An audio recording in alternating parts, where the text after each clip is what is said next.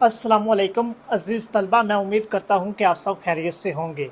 अज़ीज़ तलबा, अगर आप जमात नहम, जमात दहम, 11वीं या 12वीं के तालिब इल्म हैं तो ये वीडियो आपके लिए बहुत ही मुफीद होने वाली है, क्योंकि इस वीडियो में मैं आपको बताऊंगा कि जो आपके बोर्ड के पेपर होते हैं उसमें जो हिस्सा गज़ल होता है उसकी जो तशरीह करने का तरीका है वो क्या होता है। तो स्टूडेंट्स, इस वीडियो के आखिर तक लाजमी बने रहिएगा ताकि इस वीडियो में हिस्सा गज़ल के मुतल्लिक जो भी अहम नुकात होते हैं उनको हल करने का तरीका होता है उसके बारे में आप जान सकें। तो चलते हैं अब हम अपने टॉपिक की तरफ। तो जो हिस्सा गज़ल होता है ये बोर्ड पेपर में सवाल नंबर 4 होता है, चाहे वो जमात नहम है, दहम है, 11वीं है या 12वीं है। तो ये सवाल नंबर हमारे पास होता है 4। और ये जो हमारे पास हिस्सा नज़म और हिस्सा गज़ल ये बेसिकली मिक्स इनके शार आते होते हैं। सवाल नंबर 4 में ये एक पोर्शन बना होता है। जमात नहम और दहम में ये टोटल आते हैं 6, आपने 4 करने होते हैं और 8 नंबर के टोटल ये होते हैं। और 11वीं और 12वीं में ये टोटल 8 होते हैं और आपने 5 करने होते हैं और 10 नंबर इनके होते हैं। अब हम चलते हैं इनके सॉल्व करने के तरीके की तरफ के इनका जो हल करने का तरीका है वो क्या है। तो स्टूडेंट्स, जब भी हमारे पास कोई भी गज़ल का शेर आ जाता है उसमें हमने क्या करना होता है कि सबसे पहले हमने लिखना होता है हवाला शेर। क्या लिखना होता है? हवाला शेर।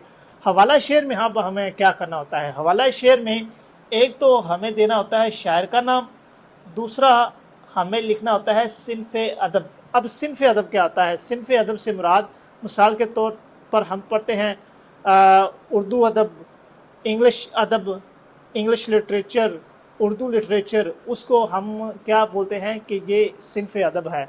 और सिन्फ़ अदब में हमने बताना होता है कि हम किसकी तशरीह कर रहे हैं? गज़ल की। तो स्टूडेंट्स, हवाला शेर में हमें ये 2 चीज़ें बतानी होती है। तो जो नज़म होती है उसमें हमें जो नज़म का नाम होता है वो भी बताना होता है, लेकिन इसमें ये चीज़ हमको नहीं बताना पड़ती। हमने बस डायरेक्टली ये बताना होता है कि शायर का नाम क्या है, उसके बाद ये बताना होता है कि ये चीज़ क्या है, तो वो गज़ल है। अब चलते हैं हम इसकी तशरीह की तरफ कि इसकी जो तशरीह है वो किस तरीके से की जाती है। स्टूडेंट्स, इसकी तशरीह करने का तरीका ये है कि सबसे पहले आप अगर बग़ैर हेडिंग दिए बगैर अगर आप एक आधी लाइन का जो मफ़हूम है लिख दें तो बेहतर है। अगर लिख लें इजीली तो कोई मसला नहीं, ये अच्छा इंप्रेशन देता है एग्जामिनर को।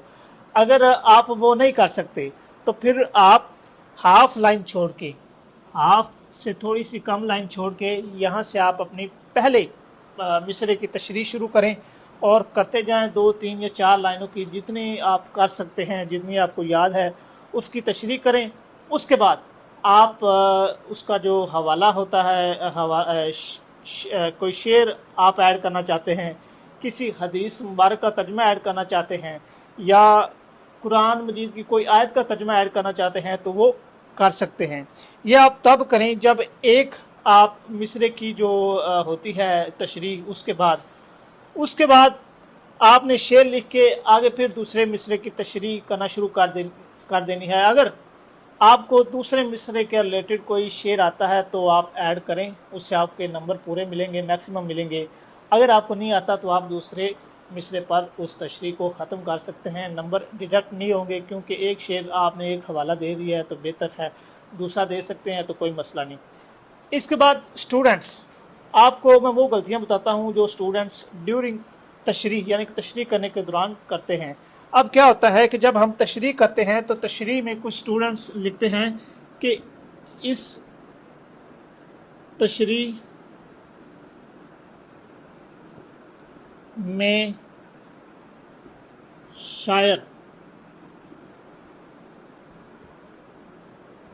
कहता है कि, अब देखें हमारे पास गज़ल के शार आए, तशरीह कौन कर रहे हैं? हम। लेकिन जब आप ये कहते हैं कि इस तशरीह में शायर कहता है, ना शायर ने तशरीह की है, ना ही उसका कोई कॉमन सेंस बनती है कि उसका नाम तशरीह में लाया जाए कि उसने शायद तशरीह में फ़लाँ बात कहता है। तो अगर आप ये काम करेंगे तो ये आपका पॉइंट क्या होगा गलत और आपके नंबर एक आधा कट सकता है। तो ये गलती आपने कभी भी नहीं करनी। आपने सिर्फ ये बताना है कि इस शेर में शायर क्या आता है, बस ये एक पॉजिटिव और एक अच्छा तरीका है तशरीह में लिखने के लिए, स्टार्टिंग पॉइंट के लिए। तो ये आप लाजमी करें।